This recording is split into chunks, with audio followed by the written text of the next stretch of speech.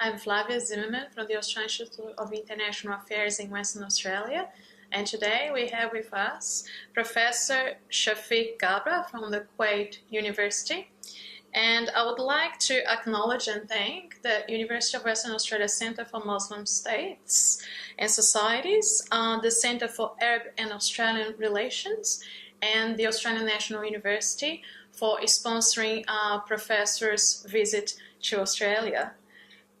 Thank you for being with us, Professor. Thanks for having me. Thank you. Professor, could you please explain how the Arabic Spring has transformed and impacted the Muslim world? This is the 2011 series of revolutions, series of events. And much of the politics of the region was very in a state of lack of movement.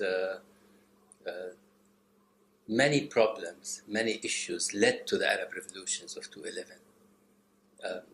Issues related to corruption, marginalization of youth, issues related to employment, economy and unemployment.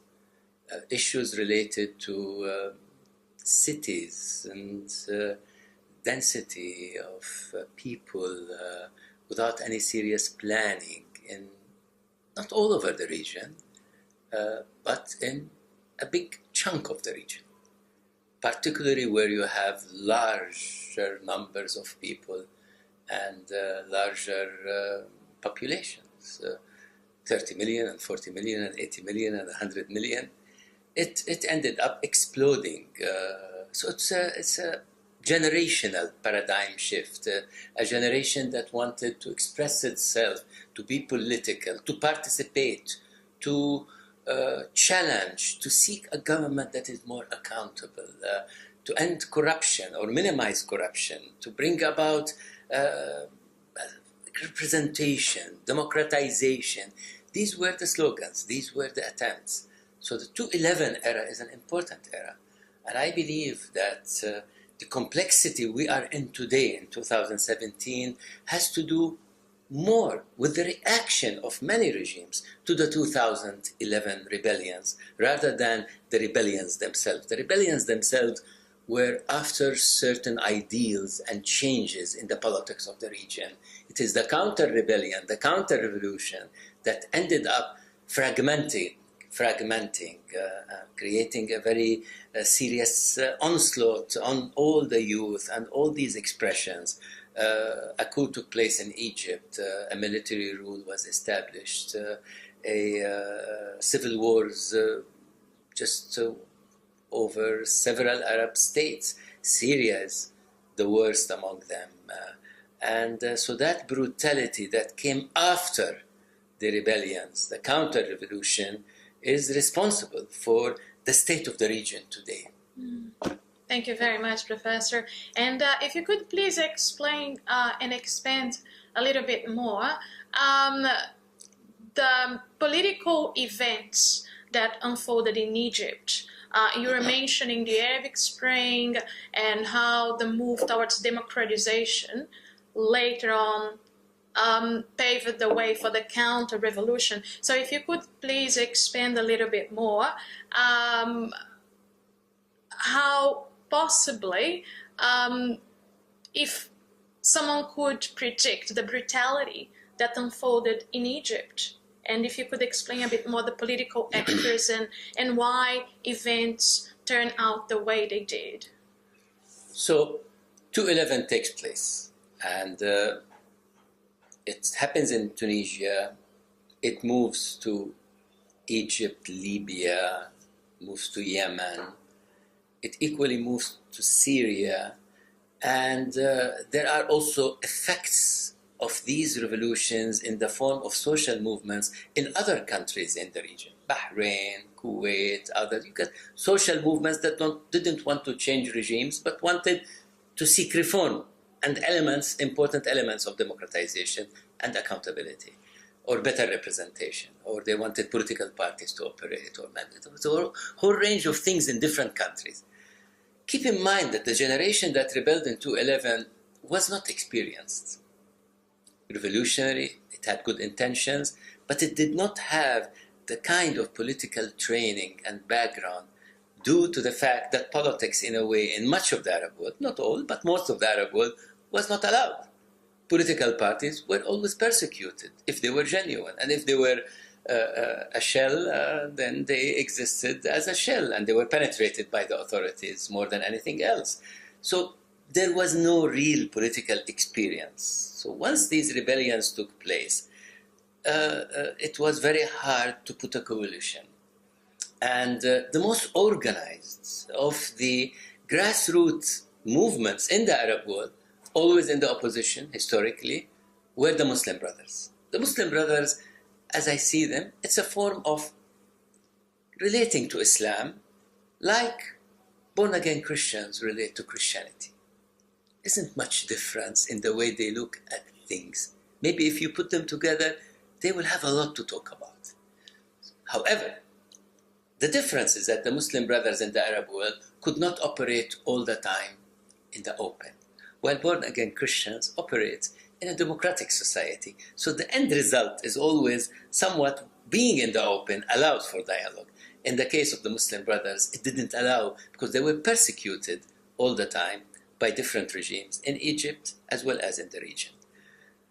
So as the revolution in Egypt brings about a change in the regime and President Mubarak leaves office and many of his cabinet end up leaving, some in jail, some court orders, etc., etc., the Muslim Brothers became the only grassroots force, but the other important force was the army. So the army took over, in fact, after the rebellion. And then there was elections. And the revolutionaries continued to demonstrate and demand democratic process. The Muslim Brothers went for the election. There was presidential election, and the Muslim Brothers won the presidency. They formed the government. To some extent, they kind of decided that they have to make an agreement with the deep state. The deep state was intact in the revolution of 2011 in Egypt. However, it took some time, not more than a year, before the deep state was able to make a comeback and was able to undermine and utilize the discontent in the population of Egypt regarding the inexperiences of the Muslim Brothers being in government. And rather than wait for more demonstrations and maybe later on the Muslim Brothers could resign and you can have new elections, the military decided to make a coup, take power to itself. And why share with anybody else? And all the activists and the revolutionaries were cut down, jailed, had to run for their life, had to leave. And the Muslim Brothers tried to say, this is the legitimacy, you've taken a legitimate government off. However, they ended up being massacred in the well-known massacre of Rabaa, where hundreds of them were gunned down in that particular situation. And it ended up, again, a military dictatorship that controls much of the economy, that controls much of the privileges, that is not able to take Egypt into anything better. And Egypt today is not any better at all than Egypt after the revolution, or even Egypt before the revolution. And so the process in Egypt is still wide open. There is a whole range of people, 40, 50, 60,000 in jail today. The entire previous cabinet of the Muslim Brothers, among others, are in jail. Many of the human rights activists are in jail. Many of the human rights activists and others, Muslim Brothers, these are important political expressions in Egypt, are already in exile. So without a compromise, without an agreement, maybe between the army, the deep state, and the Muslim Brothers, and the human rights activists, and other forms of expressions in society, there'll be no stability, and the economy will continue to suffer, and the country will just keep going into a failed state. Thank you very much, Professor. So, to which extent, particularly in Egypt, the civil society might be able gradually to change the authoritarian trend that once again prevailed? Civil society could do that. However, civil society is under a strong attack. Any activity there is a leading woman who is now in jail. I'm not sure how many years is she serving, but you can Google that, and she did a civil society organization that takes care of street children. There are tens of thousands, if not more and more, of street children in Cairo that no family, no parents, nothing. And many of them are utilized by the deep state to become informers, to make a living. Mm.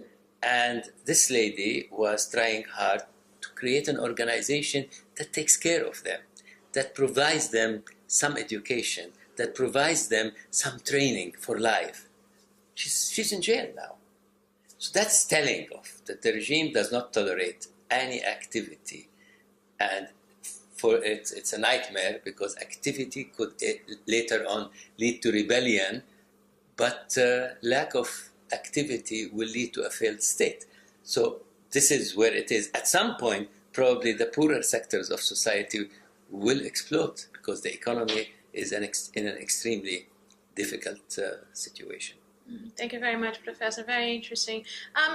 In your opinion, if we compare the Arab Spring and the move towards democratization in Egypt and Tunisia, that is regarded as a success story, which were the main political actors and factors that made Tunisia a successful result of the Arabic Spring, and on the other hand, Egypt, once again, the military is ruling the country, and we have authoritarianism once again. So it's my belief that Egypt will follow later on the democratic model. I don't think there is an alternative to finding and creating, building a accountable government and finding ways to have youth being represented in the society's representation, elections, democratization, human rights, reforming the police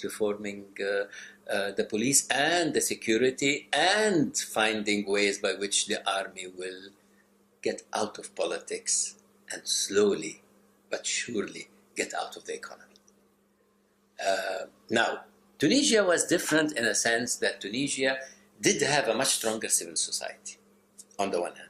Actually, a trained civil society on issues of unions and unionism and all kinds of solidarity groups for teachers, for workers, etc. That helped a lot. When those strike, the whole country stops.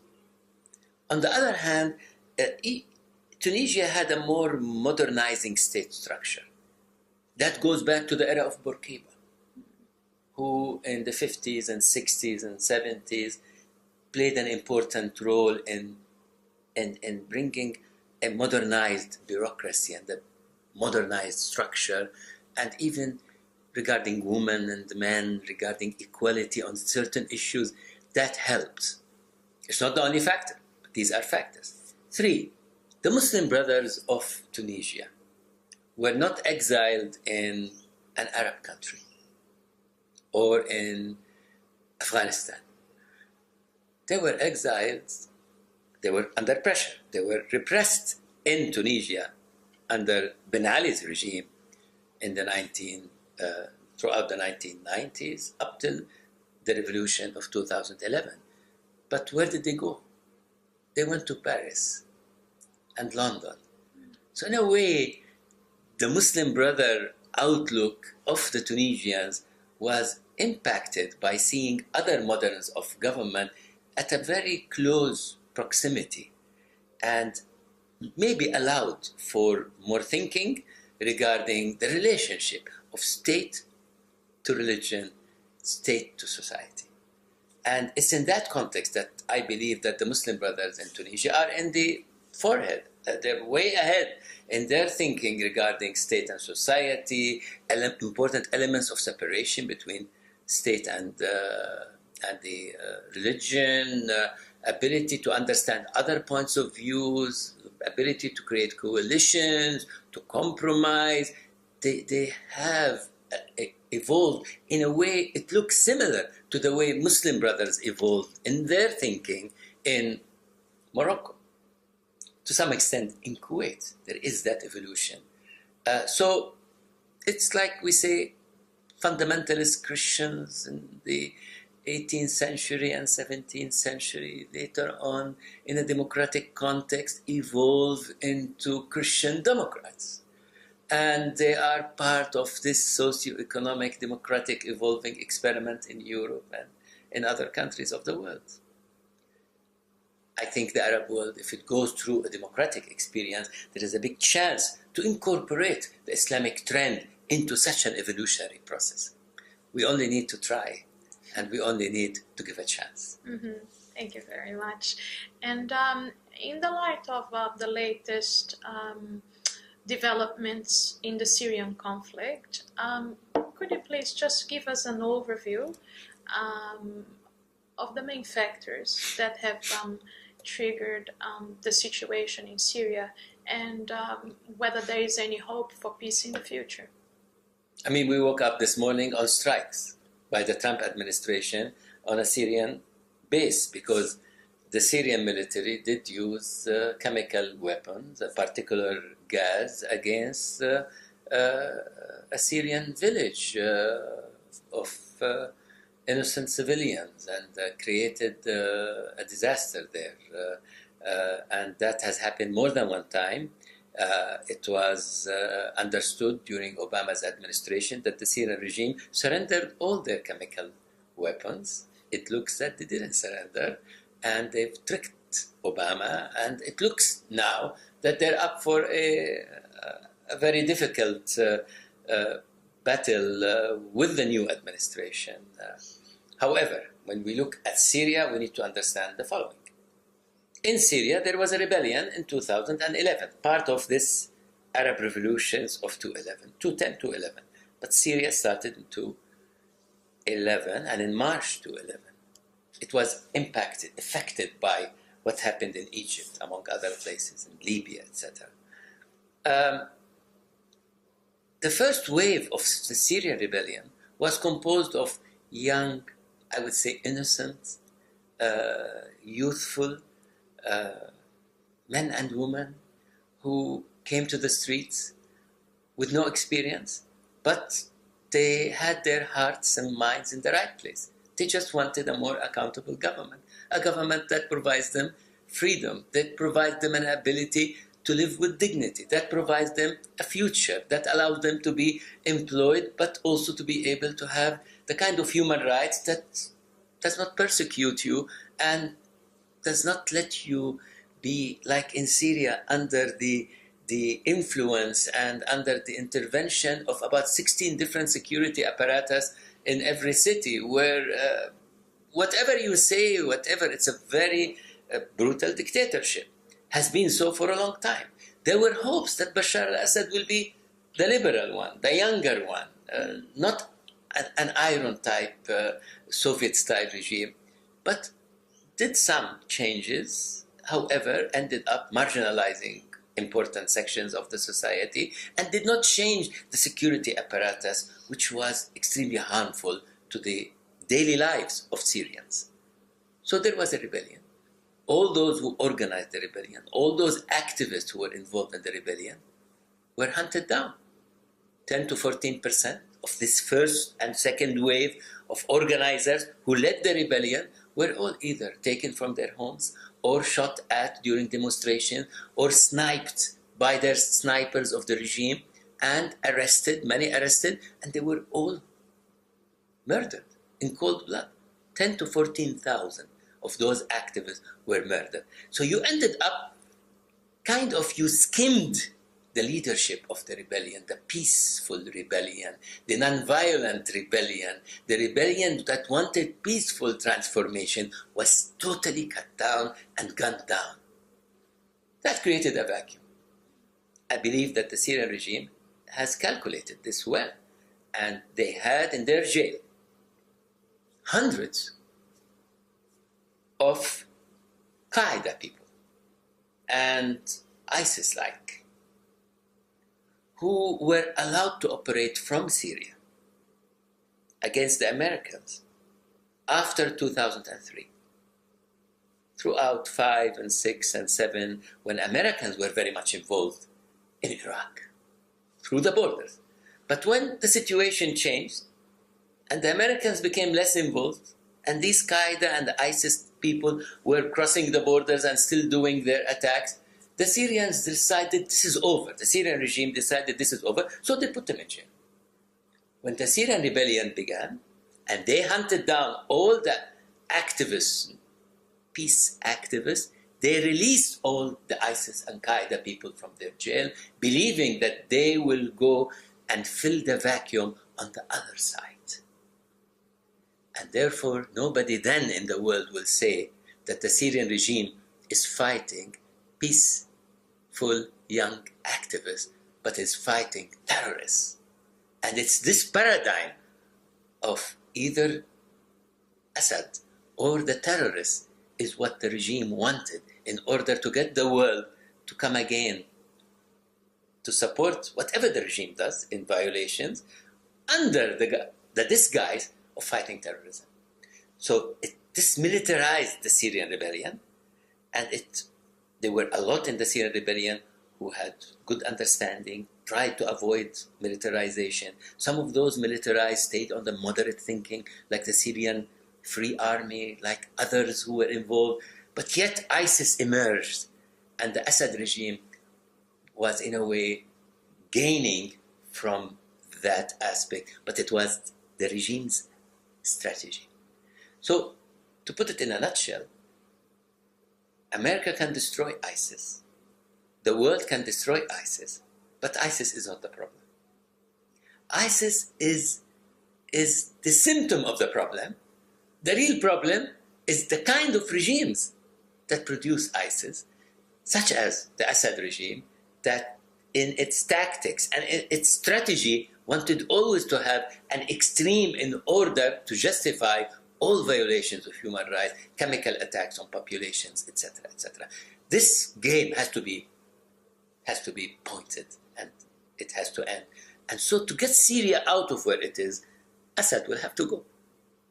Now maybe there can be a compromise with important sections of the Syrian regime that their hands have not been carrying the blood of the Syrian people. They've murdered more than 400,000, 350,000 Syrians. They ended up creating a refugee problem that the world has not known in a long time. Millions have had to leave Syria. They bombed towns and cities that didn't have any way to defend itself. They destroyed Syria. So the regime has to take responsibility. Somebody has to take responsibility. And the Assad regime has to take responsibility. But I do believe there are those in the Syrian regime that have not gotten themselves involved. Maybe part of that with the opposition, with all the peace activists that continue. I mean, today you get a ceasefire in Syria and immediately you see thousands of people in the streets marching, calling for peaceful transformation and change, calling for representative government, calling for a democratic transition, calling for an accountable rule, calling for all these human rights expressions that the Syrians wanted. So we need to find the formula that can bring this about, because it does exist at the grassroots of the Syrian population. Fascinating, Professor. Thank you very much. And just reflecting a little bit more on the Syrian conflict, in your opinion, which will be the geopolitical implications of removing Assad from power, taking into account that both Russia, Iran, and Lebanon, to some extent through Hezbollah, supports the Assad regime?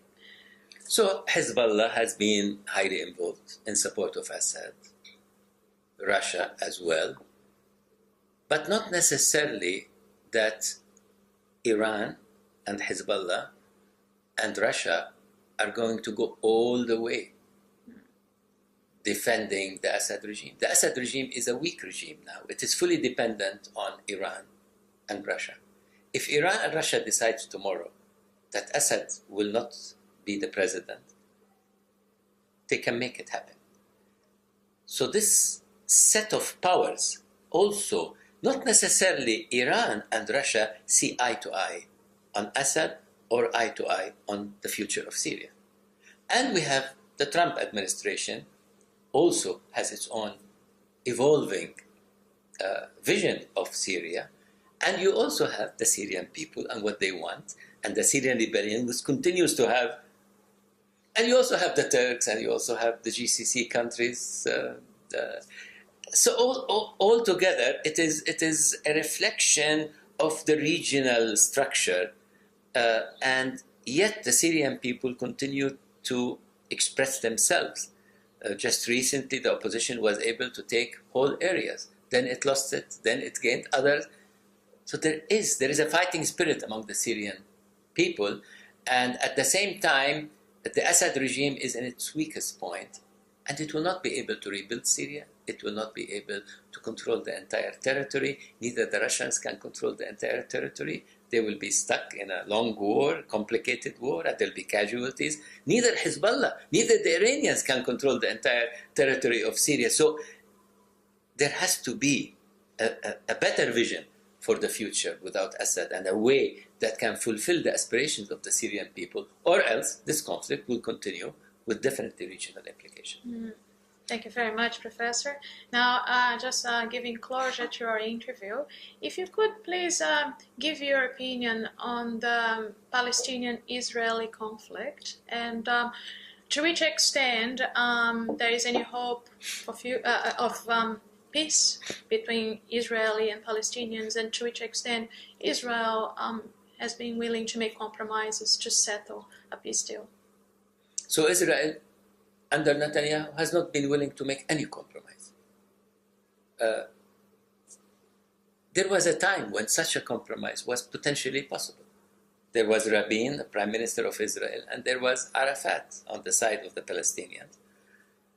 And at the height of negotiations and compromises, and even withdrawals, an assassin, a Zionist assassin, an Israeli assassin, not an Arab, not a Palestinian, not from ISIS, not from Qaeda, not from any Muslim, but a Jewish Israeli came and assassinated the Prime Minister of Israel, which set a whole range of events that later on brought about the extreme right, and brought about Netanyahu, and brought about a slow ending of the Oslo Accords, and brought furthermore more settlements, more colonization of Palestinian land, more grabbing of territories, the wall was built beyond that. There was the Intifada as well, so the wall was built after that, and so Gaza is around the wall, the West Bank is around the wall. In the West Bank there is apartheid, around Gaza there is apartheid, around all of Palestine, Israel, there is apartheid today. So it really ended up with a racist situation, an apartheid situation. It ended up roads for Palestinians, roads for Israelis, housing settlements behind walls, nice, colorful, well-built, etc., but behind the wall, on Palestinian territory, and Palestinian towns and villages encircled, crushed in economic terms, and Israeli army and security keep going into these towns, arresting those youth who resist and who are trying to either end the wall or trying to end the apartheid or resisting the occupation, with rocks and with flags and with poetry and with slogans and with gathering at large groups, etc. So there is a state of resistance going on in the West Bank and in Gaza and among Palestinians. At the end of the day, it's a struggle for equality, it's a struggle for national independence, it's a struggle for ending apartheid. What forms of government, what forms of structure will come out, it depends who participates in this struggle. Palestinians, Israelis maybe, who are against apartheid, maybe more of them will be against it. Boycott also is having an impact by Palestinians and by supporters of the Palestine cause in the world. It's like South Africa at the end of the day.